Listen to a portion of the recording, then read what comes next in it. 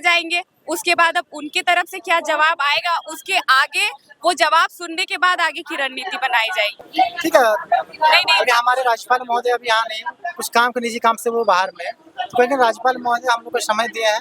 समय अभी clear date नहीं है, वो 8 तारीख के बाद क्लियर होंगे, जो भी होंगे फिर आप लोग का आगे सूचना दी जाएगी। जोहार, नमस्कार दोस्तों। आज है 5 जून और जैसा कि दुमका से पैदल मार्च करते हुए जेएल कैंप के अमित मंडल दा कहा जाए राजभवन तक पहुंचे हैं और तमाम लोग यहाँ पे आज आए हुए हैं पैदल मार्च करते हुए। और जो 1932 खतियान नियोजन नीति, स्थान नीति, ऐसी तमाम मांगे हैं जिसको लेकर आज से नहीं बहुत दिनों से आंदोलन चल रहा है, लेकिन उसके बावजूद भी आज तक झारखंडियों की पहचान नहीं मिल पाई है कि आज तक झारखंडी है कौन, ये झारखंड के लोगों को नहीं पता। जिस कारण से आज फिर से एक बार दोबारा जेएल कैंप के नेतृत्व में आज दोबारा फिर से राज्यपाल से भेंट मुलाकात होने की थी, लेकिन हो नहीं पाई है अभी तक।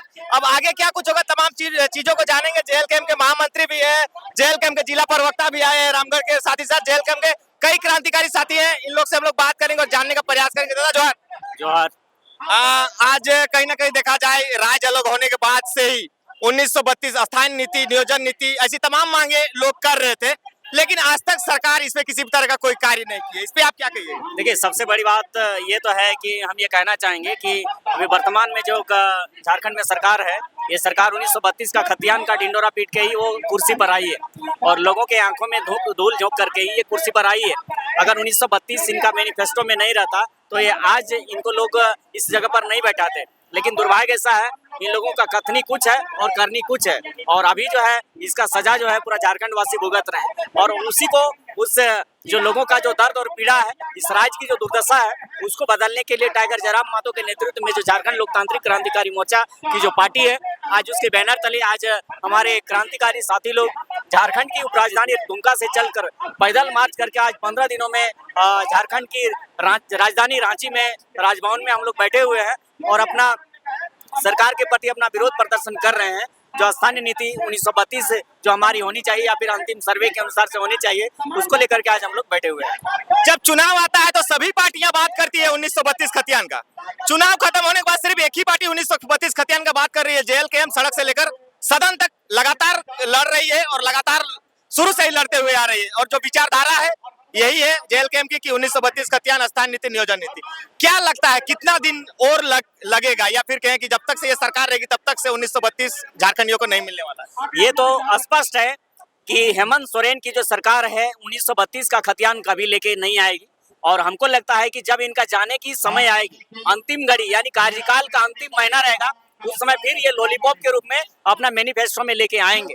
लेकिन हम आपको ये बताते जाते हैं कि जेएमएम की सरकार से ये संभव कभी नहीं है, और हम आपको आपके चैनल के माध्यम से तमाम दर्शकों को ये कहना चाहते हैं कि जो झारखंड लोकतांत्रिक क्रांतिकारी मोर्चा की जो पार्टी है, ये 1932 का खतियान की जो बात है, उस बात को लेकर के हम लोग हमेशा शुरू से मुखर रहे हैं। और आप जान रहे हैं कि आज 3 साल से हम लोग आंदोलन कर रहे हैं, और आंदोलन के बावजूद भी आज हमारे एक विधायक विधानसभा के अंदर में है, वो झारखंड की लगातार आवाम की आवाज को बुलंद कर रहे हैं। लेकिन हम आपको बताते चले कि हमारा नारा ही पहले था, सड़क से लेकर के सदन तक हम लोग आंदोलन करेंगे, लेकिन 1932 का खतियान हमेशा लेके रहेंगे। ये लड़ाई हमारी जारी है और आने वाले समय तक भी ये लड़ाई जारी रहेगी, इसमें नो डाउट कोई दो राय नहीं है। हम लोग बिना 1932 झारखंड में लागू कराए छोड़ने वाले नहीं है, क्योंकि 1932 का खतियान जिस तक हमारे यहाँ लागू नहीं होता है, तब तक हमारे झारखंडियों का, नौजवानों का, पढ़े लिखे शिक्षित नौजवानों का भविष्य नहीं बन सकता है, हक अधिकार हम लोग का सेफ नहीं हो सकता है। इसलिए हमारा लड़ाई जारी है, ये लड़ाई जारी रहेगा। आप लोग को देखते हैं कि आप लोग अपने क्षेत्र में भी लगातार कार्य कर रहे हैं, अपने विधानसभा क्षेत्र में भी, साथ ही साथ जन समस्याओं का भी समाधान करते हैं, फिर रांची में भी आके आंदोलन करते हैं। कैसे आप लोग इतना सारा कहा जाए कि दायित्व लेके, और अभी और भी आपको 4 साल देख रेख करना है कहा जाए तो आपकी पार्टी की ओर से, तो क्या आप लोग आगे आने वाले 4 सालों में इसी तरह से कार्यरत रहेंगे और इसी तरह सरकार के खिलाफ आंदोलन करते ही रहेंगे? देखिए, आने वाले 4 सालों तक नहीं, जब तक 1932 का खतियान हम लोग यहाँ लागू नहीं कर लेते हैं, तब तक लड़ाई हम लोग की जारी रहेगी। ये 4 साल की बात नहीं है। नो डाउट अगर आने वाले समय में तो जिस तरीके से लोगों के हमारे प्रति, जेएल कैंप के प्रति, यहाँ के आदिवासी मूलवासियों का जिस तरीके से रुझान बढ़ा है, आप एक सोशल मीडिया चलाते हैं। आपको पता होगा जहां कहीं भी अगर कोई समस्या होती है और समस्या सॉर्ट आउट नहीं होता है वहां के स्थानीय विधायक के माध्यम से, तो वहां की जनमानस हमेशा एक ही आवाज रहता है कि हम लोग टाइगर जयराम महतो को बुलाएंगे या फिर टाइगर जयराम महतो के पार्टी के लोगों को बुलाएंगे। यानी यहाँ के जितने भी शोषित, पीड़ित और वंचित लोग हैं, आदिवासी, मूलवासी, सभी लोगों को अपने विधायक, अपने सांसद पर भरोसा उठ चुका है और एकमात्र इस राज्य का विकल्प के रूप में एक सहारा है, वो टाइगर जयराम महतो है। टाइगर जयराम महतो की पार्टी है। इसलिए हम आपको दावे के साथ कहना चाहते हैं कि 1932 हम लोग लागू कराएंगे। ये लड़ाई जारी रहेगा चाहे जितना भी टाइम लगे। देखिए, आप तो जान रहे हैं ये लोकतांत्रिक देश है, इसलिए हम लोग लड़ाई लोकतांत्रिक तरीके से लड़ रहे हैं और हमेशा ये लड़ाई जारी रहेगी। देखिए, आज भी संवैधानिक तरीके से आज यहाँ पे धरना प्रदर्शन में लोग बाहर में बैठे हुए थे, बैरिकेडिंग वगैरह लगाया गया है। किसी तरह का कोई भी आज हुड़दंग नहीं हुआ है, ना ही लाठीचार्ज हुआ है। शांतिपूर्ण तरीके से आज जेल कैंप के जो भी लोग यहाँ बैठे हुए थे, जो वार्ता होनी थी, आज शायद महामहिम राज्यपाल जी यहाँ पे मौजूद नहीं है, जिस कारण से ज्ञापन नहीं सौंपा गया। जेल कैंप के महामंत्री रविदा भी पहुंचे। रविदा, जोहार। क्या खबर? सब ठीक ठाक है था। पूरा तहलका मचाए है अपना क्षेत्र में? नहीं था तहलका क्या मचाएंगे, जो भी लोगों के साथ में अन्याय होता है उसको बस न्याय दिलाने का काम कर रहे हैं। जहाँ तक संभव होता है अपना बेस्ट देने का कोशिश करते हैं, ताकि जो गरीब गुरबा दबा हुआ लोग है, दबा कुचला लोग आवाज नहीं बनता था, आज जेल कैंप आने से हिम्मत मिला है कि लोग अपना आवाज खुद से भी उठा रहे हैं और कहीं मिलता है छोटा मोटा नेतृत्व करने का मौका, वहाँ पे रखते हैं बात। अच्छा दादा, आप लोग बिना पद पावर के कितना कर सकिएगा? जब राज्य के मुखिया ही यहाँ की जनता के हित को लेकर कभी सोचते ही नहीं है, तो आप लोग ना किसी पद में है ना कोई पावर में है। जहां तक होता है आप लोग कंपनी से लड़के मुआवजा दिला देते हैं लोगों को, लेकिन एक अस्थायी जो नियम होना चाहिए, जो लोगों के लिए रोज रोज धारणा तो रोज लोग दे नहीं पाएंगे। एक सही नियम होगा कि एक मजदूर की मौत होगी तो ये मिलेगा, एक कंपनी में ये होगा तो ये मिलेगा। इस तरह से सरकार एक सही नियम क्यों नहीं बना पाती है? एक्चुअली झारखंड जब से अलग हुआ ना, एक स्थापित सरकार रहा नहीं है। यहाँ पे हमेशा कोएलिशन गवर्नमेंट रहा है, मिली जुली सरकार। और जो भी सेंट्रल पार्टी है झारखंड को ना फाइनेंशियल स्टेट के रूप में जानता है लोग कि भाई यहाँ खनिज संपदा से भरा पूरा राज्य है और हमको यहाँ का संसाधन को कैसे लूटना है और कैसे अपना पार्टी चलाना है। सेंट्रल पार्टी को आपका विकास से क्या मतलब है, कांग्रेस को आपके विकास से कोई मतलब नहीं, बीजेपी को आपके विकास से कोई मतलब नहीं है। और यहाँ जब भी गवर्नमेंट बना है, बिना बीजेपी का सहयोग का, बिना कांग्रेस का सहयोग का यहाँ पे गवर्नमेंट बना ही नहीं है। पता चलता है स्थानीय जो पार्टी है, अगर वो कुछ मुद्दा को रखता है तो पता चलता है आपत्ति हो जाता है सेंट्रल पार्टी को। सेंट्रल नहीं भाई, इसमें हम ना आपके साथ में सहयोग में नहीं, मतलब इस मुद्दा पे आपके साथ में हम खड़ा नहीं होंगे। और ये सब करके मुद्दा बस सरकार बचाने का चक्कर में लोग भाई हम ये टांग खींच लेंगे, समर्थन वापस ले लेंगे तो ये कर देंगे, हम ये नियम अगर पारित होगा तो हम समर्थन वापस लेंगे, सरकार गिरा देंगे। यही सब नीति की वजह से आज झारखंड छलक गया है। नहीं तो झारखंड वो राज्य है जो पूरे इंडिया को 40% मिनरल प्रोवाइड करवाता है। अगर झारखंड का अगर महत्व को आपको समझना होगा ना था पूरा इंडिया में, आप बस मात्र 10 दिन कोयला ट्रांसपोर्टिंग रोक दीजिए, पूरा देश में हाहाकार नहीं मच गया, तब आप पता चलेगा कि झारखंड क्या चीज है। तो झारखंड अपना महत्व को बखूबी समझ रहा है, लोग समझ रहा है, पब्लिक अब धीरे धीरे लोग समझने का खूब प्रयास कर रहा है। लेकिन हमारे जो पहले के नेता थे उन्होंने कतई अपना महत्व को नहीं समझा। झारखंडी का क्या महत्व होना चाहिए, झारखंड को क्या रिजर्वेशन मिलना चाहिए, हर सेक्टर में झारखंड को रिजर्वेशन मिलना चाहिए। अगर बात करते हैं रेलवे की, रेलवे का जो रेवेन्यू जनरेट होता है ना, अगर 100 करोड़ कमाता है तो 40 करोड़ मात्र झारखंड से कमाता है। किसमें? सिर्फ माल ढुलाई में। अगर आप देखेंगे आज कोयला, आप कोई भी रेलवे स्टेशन के पास में जाइएगा, पैसेंजर गाड़ी से ज्यादा माल ढुलाई होता है, ये चीज आप देखते हैं ना। और रेलवे का 40% जो रेवेन्यू जनरेट होता है झारखंड से होता है, और वो माल ढुलाई में मैक्सिमम पैसा उसी में है। पैसेंजर से पैसा नहीं है, लेकिन माल ढुलाई में सबसे ज्यादा रेवेन्यू जनरेट करता है। क्या रेलवे का दायित्व नहीं बनता है कि भाई झारखंडी लोग को भाई रेलवे में रिजर्वेशन दे? ये दायित्व बनता है कि नहीं बनता? लेकिन इस चीज का डिमांड कौन करेगा? हमारा राजनेता विजनरी नहीं है, उनके पास में विजन नहीं है। मुफ्त में जमीन चाहिए, मुफ्त में कोयला चाहिए, मुफ्त में रेलवे ट्रांसपोर्टिंग भी लेके चल जाए, रेलवे भी पैसा उसी में बनाए। सैलरी इसमें आपको नहीं लगता कहीं ना कहीं झारखंड की जनता की भी उतनी ही गलती है जितना राज्य सरकार? एक्चुअली झारखंड वैसे पठारों से गुजरता है, थोड़ा लोग अनएजुकेटेड थे, लेकिन अभी जेल कैंप का देन है कि लोग जागरूक हो रहे हैं, अपने अधिकारों को जान रहे हैं। अब झारखंड समझेगा और झारखंड जानेगा, अब ये गलती दोबारा नहीं करेगा। जैसे लोग आज एकत्रित हो रहे हैं, आने वाला समय में आप जरूर देखिएगा कि रेलवे को भी रिजर्वेशन देने के लिए हम लोग बाध्य कर देंगे। अगर आप 40 रुपया, हमारे 100 में 40 रुपया कमा रहे हैं तो मेरा लोग कहाँ जाएगा? तो ये स्वरूप तैयार हो रहा है। धीरे धीरे संगठन इस पे आएगा और इन मुद्दों को भी रखेंगे। जो भी सेंट्रल एजेंसियां हैं वहां झारखंडी रिजर्वेशन चाहिए और रेगुलर वैकेंसी चाहिए। ये नहीं कि किसी का जमीन चल गया तो जमीन के बदले आप खाली नौकरी दे दिया तो वही मतलब बस वही लाभान्वित हुआ, तो वैसा आप नहीं चलेगा।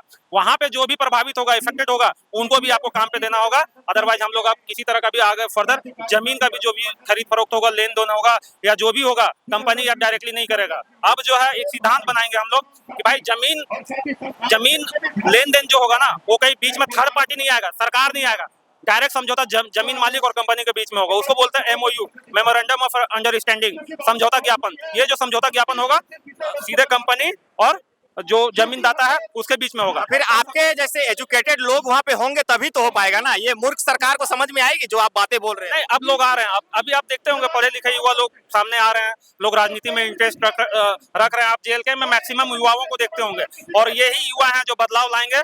यही विजनरी है, यही विजन है। हम लोग यही चाहते हैं कि भाई अगर हम लोग मिनरल रिच स्टेट है तो हम लोग इतना गरीब क्यों? अगर आज मेरे यहाँ से कोयला जा रहा है तो कोयला में व्यापारी कौन है? कोयला में व्यापारी में रिजर्वेशन किसको मिलना चाहिए? अगर आप कोयला का व्यापार कर रहे हैं तो स्थानीय लोग को ऑब्वियसली देना चाहिए। आप गोवा का नाम सुने होंगे, गोवा में क्या चीज है? कुछ भी है, लेकिन गोवा में एक सेक्टर है, टूरिज्म सेक्टर। वहाँ पे वो टूरिज्म सेक्टर को बढ़ावा देता है, वहाँ टूरिज्म सेक्टर को विभिन्न तरह से प्रचार प्रसार करता है। गोवा है, गोवा बीच है, तो वहाँ का रेवेन्यू जनरेट करता है टूरिज्म पे ही। लोग वहाँ घूमने जाता है तो वहाँ का ड्राइवर या फिर रेस्टोरेंट है या फिर किसी तरह का भी है तो वहाँ का सेल्फ लोग एम्प्लॉयड है। वहाँ का एकदम टोटल मतलब जो रेवेन्यू जनरेट होता है वो टूरिज्म पे ही है। लेकिन मेरे यहाँ कोयला है, कोयला से रेवेन्यू जनरेट हो रहा है, लेकिन कोयला में कितना लोग रोजगार पर रखे हैं, ये सोचने वाला विषय है। हमको कोयला में रोजगार चाहिए। अगर मेरे यहाँ जो संसाधन है वो संसाधन पे आप रोजगार पर रख ही नहीं है तो आप कहाँ से डेवलपमेंट खोजिएगा? आप झारखंड में आप कितनों को सरकारी नौकरी दे सकते हैं? बहुत को नहीं दे सकते हैं, लेकिन आपके पास जो संसाधन है उसमें आप एम्प्लॉयमेंट दे सकते हैं ना। उसमें आप व्यापार में आरक्षण दीजिए। भाई झारखंडी है जिनके जमीनों से कोयला निकल रहा है, आप तो उनको नौकरी दे दिए, लेकिन जो इफेक्टेड है उनको उस कोयला में हिस्सेदारी दीजिए, व्यापारी दीजिए। जो बेसिक दर है कोयला का, उस कोयला का रेट पे उनको कोयला प्रोवाइड करवाइए और कोयला बेचने का अधिकार दीजिए।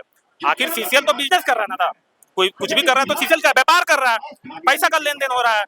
आज कोयला बेच रहा है, वो तो प्रोडक्शन करके तो अपने पास रख नहीं रहा, दूसरा प्रदेश में बेच रहा है, उसके बदले में पैसा ले रहा है। उस पैसे के बदले में वो व्यापारी का हिस्सा हमको दे, हम कर देंगे। भाई आप प्रोडक्शन कीजिए, हमको दीजिए, हम बेचेंगे। थर्ड पार्टी माध्यम से कोयला ऐसे भी पावर हाउस को कोयला बेचती है, तो कोई जो पावर हाउस को कोयला जाता है उस कोयला में एक दो टाइप का कोयला होता है। 80% कोयला जो है ना, जो भी प्रोडक्शन को सीधे पावर हाउस में जाता है, और जो 20% कोयला है ना पब्लिक ऑक्शन के लिए जाता है। वो पब्लिक ऑक्शन में कि हम कोई भी जो है ना पार्टिसिपेट कर सकता है कि हम कोयला खरीदे और बेच दे। लेकिन वहाँ पे ऐसा नहीं हो रहा है। वहाँ मेरा कितना लोग व्यापारी है, स्थानीय का प्राथमिकता नहीं दे रहे हैं। पता चला कि मुंबई में बैठा हुआ आदमी ई ऑक्शन के माध्यम से कोयला खरीद ले रहा है, व्यापारी मुंबई में बैठा हुआ है लेकिन कोयला झारखंड से ले रहा है। तो ये सिस्टम निरस्त करना होगा और कोयला में रोजगार देना होगा लोगों को। जो भी यहाँ जहाँ जैसे अभी रामगढ़ क्षेत्र हो गया, गिरिडीह क्षेत्र हो गया, हजारीबाग क्षेत्र हो गया, धनबाद क्षेत्र हो गया, ये यहाँ पे बहुत आयत मात्रा में कोयला पाया जाता है। तो यहाँ पे यहाँ के लोगों को वहाँ पे सबसे बड़ा समस्या है कि स्थानीय का जो स्थानीय नीति नहीं है। जैसे आप बोलते हैं कि स्थानीय लोग कोयला बेचते या फिर स्थानीय लोगों का अधिकार होता, लेकिन स्थानीय लोग है कौन ये तो लोगों को पता ही नहीं। यही तो मुद्दा है। यहाँ का डोमिसाइल आज तक परिभाषित नहीं हुआ, तो ये भी एक बहुत बड़ा राजनीतिकरण का ही शिकार है। अच्छा, यहाँ का स्थानीयता से बीजेपी को कोई मतलब है क्या? यहाँ का स्थानीयता से कांग्रेस को कोई मतलब है क्या? लेकिन आप देखते होंगे कि जब भी यहाँ पे गवर्नमेंट फॉर्मेशन हुआ है, बिना बीजेपी या बिना कांग्रेस का नहीं हुआ है।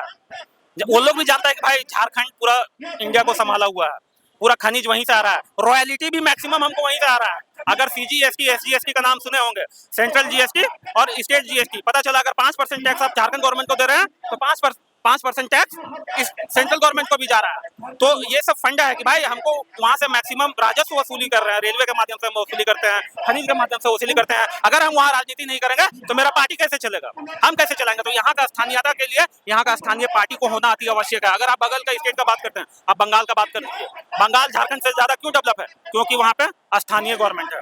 आप बिहार का बात कर लीजिए, बिहार में कुछ भी नहीं है, लेकिन वहाँ पे कोई भी मुद्दा आता है तो बिहार बहुत मजबूती के साथ में रखता है, क्योंकि वहाँ पे बिहार का स्थानीय मतलब वहाँ का लोकल गवर्नमेंट है, लोकल सरकार है। आप ओडिशा का बात कर लीजिए, यहाँ तो आप ही लोग का देन है, JLK का देन है कि लोकल लोगों को विधायक सांसद का टिकट मिल रहा है। नहीं तो पहले यूपी बिहार वाला छपरा वालों को टिकट मिलता था। यही तो रोना था। पहले हम लोग भी नहीं समझ पाते थे, हमारे पूर्वज थे, पढ़े लिखे कम थे, जंगल झाड़ में रहते थे, ठेकेदारी का टाइम पे लोग आया, यहाँ का संसाधन को लूटा।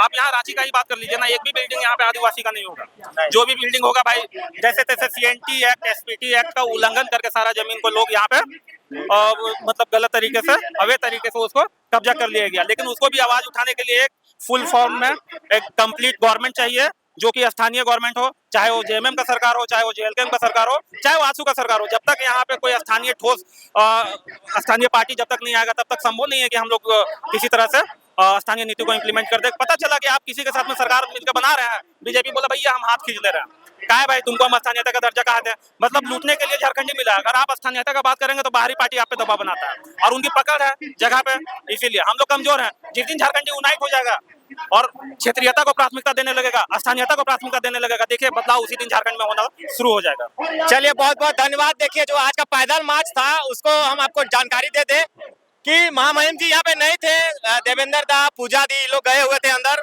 शायद अगला डेट दिया गया है कि अगला डेट में फिर से ज्ञापन सौंपा जाएगा। और खैर जो जेल कैंप का जो उम्मीद है, जो संघर्ष है, वो एक दिन जरूर रंग लाएगी। और जिस तरह से लगातार सड़क से लेकर सदन तक ये लोग आंदोलन कर रहे हैं, वो एक दिन जरूर रंग लाएगी और इसका परिणाम भी आप लोगों को देखने को जरूर मिलेगा। चलिए आप लोग कमेंट कीजिए कि जो आज कहा जाए, जिस मांग को लेकर आज तमाम लोग विधानसभा में राजभवन के गेट के समीप पहुंचे हुए हैं, वो मांग कहां तक क्या सही आपको लग रहा है, आप लोग जरूर कमेंट कीजिएगा। मिलते हैं।